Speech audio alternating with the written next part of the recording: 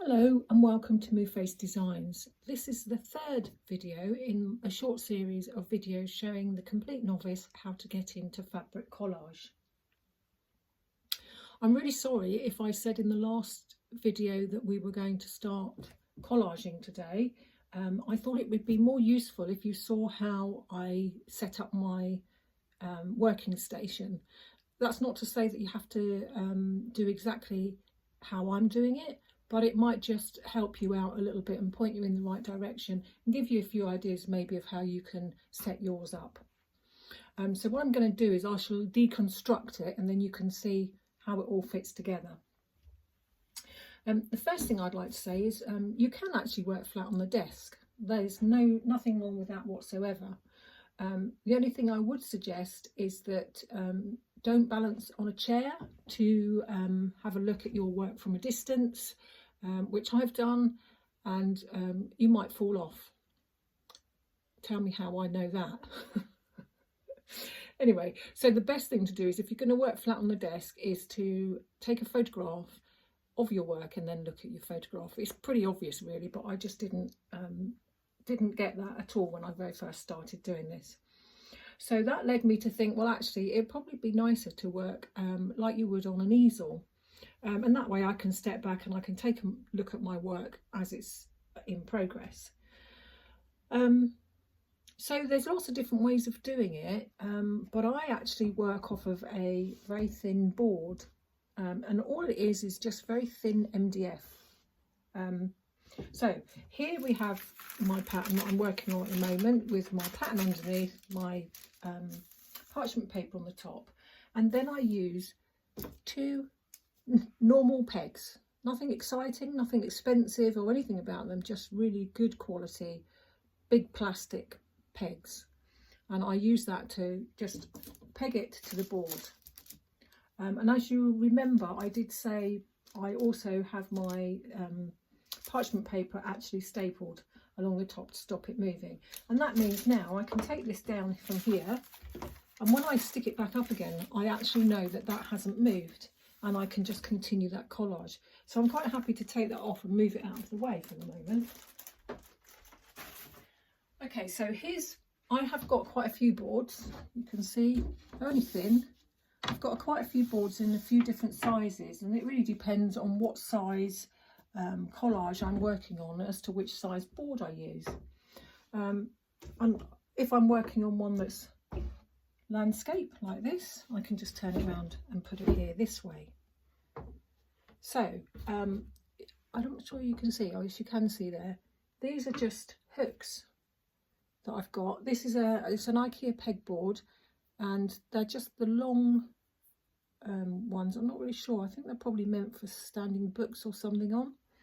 And I use them up and down or out and in depending on what size board I'm using, and it just rests my board on, so it's quite stable. I can press quite hard on it if I need to. So that's the MDF board, and like I say, you can just get them, go down to B&Q or somewhere like that, and they will actually cut some different sizes for you. Most of my patterns I try to keep within the realms of standard canvas sizes, so that if you want to stretch it over canvas, which this one is, it's all stretched over canvas, this one's finished, it just makes it easier for you to know that your pattern's going to fit. So yeah, what I do is I just move these up and down, and it's pretty cool. It just stops it moving about. So the other thing I've got is a desktop easel. It's ever so cheap. It did come with a slightly different edge on it here, but I've added a piece of wood to make the lip a bit stronger and just hold my boards a whole lot easier. And it just literally has got a thing where you can change the angle of it. So that's basically what I do. I just use this to put my piece of wood on here and hold it, and then I can move it backwards and forwards on my desk depending on how upright or how big or how small my collages that I'm working on. So the closer it's to the wall, obviously the more upright it will be. I'll just show you actually with a slightly different size piece of MDF. This is long and slim. I'm going to have to move these down. There we go. But you can probably see, I'm not sure whether you can see there is a gap between this and this, but it doesn't matter. It really depends on what size MDF I'm using to whether there's a gap here or not at all. But the actual fact that I've got the big long piece of wood at the bottom just stops it moving about. That was my problem. It was great having a hard board to work on, but when it was on my desk it just kept sliding away, and I used to have something in front of it to stop it moving. So this was the best solution, and all that means is it's fairly cheap to set up, and it's just very versatile for all the different sizes. I mean, I guess you could invest in an easel, but like I say, if you're just starting out, you know, it's not going to cost you an awful lot of money to get started. And like I say, I find this the best way, and I've tried quite a few different ways. And then obviously you need some sort of equipment. So I've got one of these irons. Now there's loads of different makes of these, and they all look very similar. They're purple usually, which is really good. As you can see, it's a bit dirty on there. Or if you're starting out, and I know your pieces that you're going to be sticking to your collage are bigger, but you might find it easier to use one of these. Again, it's all dirty, because you've got more control of where you put the heat on your piece of fabric, and I'll show you probably why this is probably more useful to the beginner than the other type when we start doing the collaging. Then all you need is a pair of tweezers. You don't have to have the tweezers.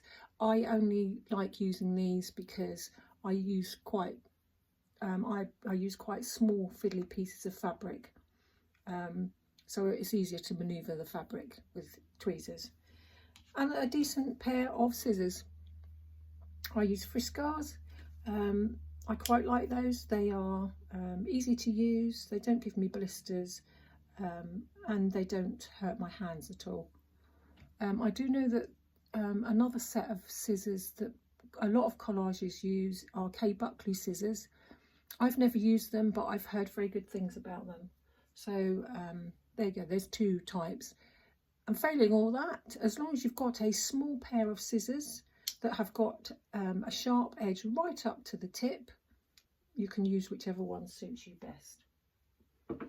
And the only other thing that you'll need is a decent light. I've got one that is connected, I'll see if I can bring it down a bit. There we go. It's connected to my desk, clamped on, and I got it from Amazon. It wasn't very much money. It's an LED light, a daylight light.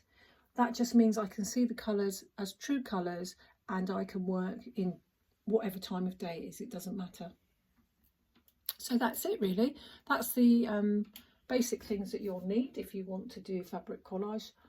And I promise next time, the next video will be how we start our collage. Thank you for watching. I will see you next time. And in the meantime, take care of yourselves. Thank you very much. Goodbye.